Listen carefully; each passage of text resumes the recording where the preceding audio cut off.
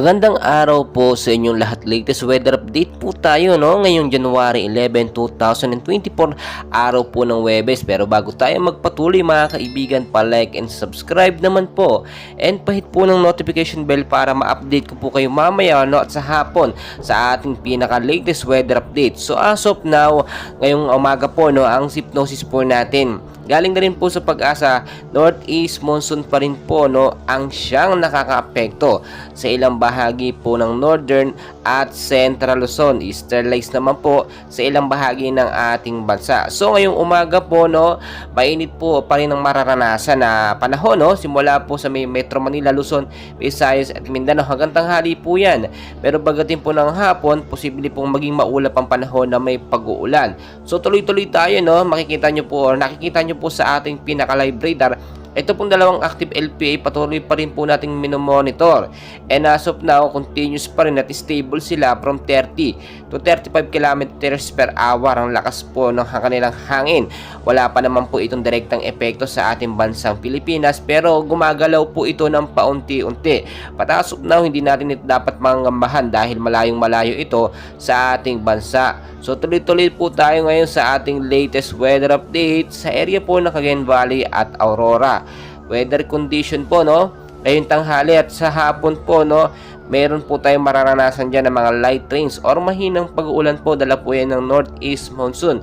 Wala naman po itong direktang epekto pero mag-ingat pa rin. Magdala po ng payong jacket o kaya naman kapote, panlaban po yan sa malakas na pag-uulan kung sakali mang umulan na biglaan sa hapon at sa gabi. Sa area po ng Ilocos Region, Cordillera Administrative Region at ilang bahagi po ng Central Luzon, maulap po na panahon at kalangitan ng mararanasan sa hapon at sa gabi na meron pong mga isolated light rains, mahinang pag-uulan pero dapat po natin paghandaan pa rin. Dala po ng northeast monsoon at hanging habagat po yan At dito naman po tayo sa area ng Metro Manila at ilang bahagi ng ating bansa.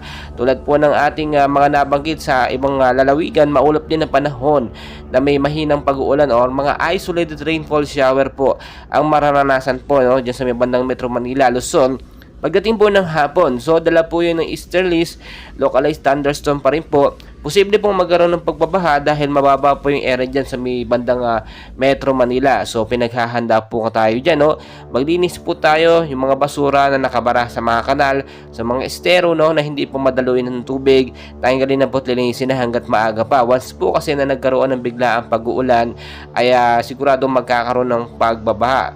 Mag-ingat din po dyan sa Metro Manila yung matataas na lugar dyan especially din sa may Silangang Mindanao, sa mga landslide prone area. Kapag po kasi nagkaroon ng patuloy na pag-uulan, yun po yung nagiging main cause nga po ng paghina or paglambot ng lupa na siya nagiging way or cause ng landslide. So ngayong umaga po ng Huwebes January 11, inaasahan din po na napakainit ang panahon sa tanghali ngayong umaga hanggang sa tanghali. Pero sa hapon po, bantayan nyo po mabuti and as of now, wala pa naman po tayo mga bagyo na binabantayan sa loob ng Philippine Area of Responsibility. Pero akin na sinasabi sa inyo, may active LPA tayo na namataan sa may bandang kanluran. Malayo naman yun at mga cloud cluster sa may bandang silangan. Mag-ingat pa rin tayo kahit walang bagyo.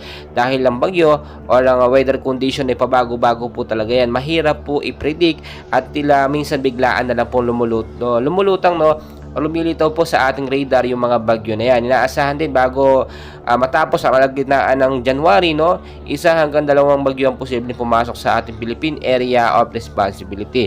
So mga kaibigan, mga kapatid, patuloy ko kayong i-update. And please don't forget naman po to like and subscribe para ma-update ko kayo sa ating daily weather updates. Maraming salamat po.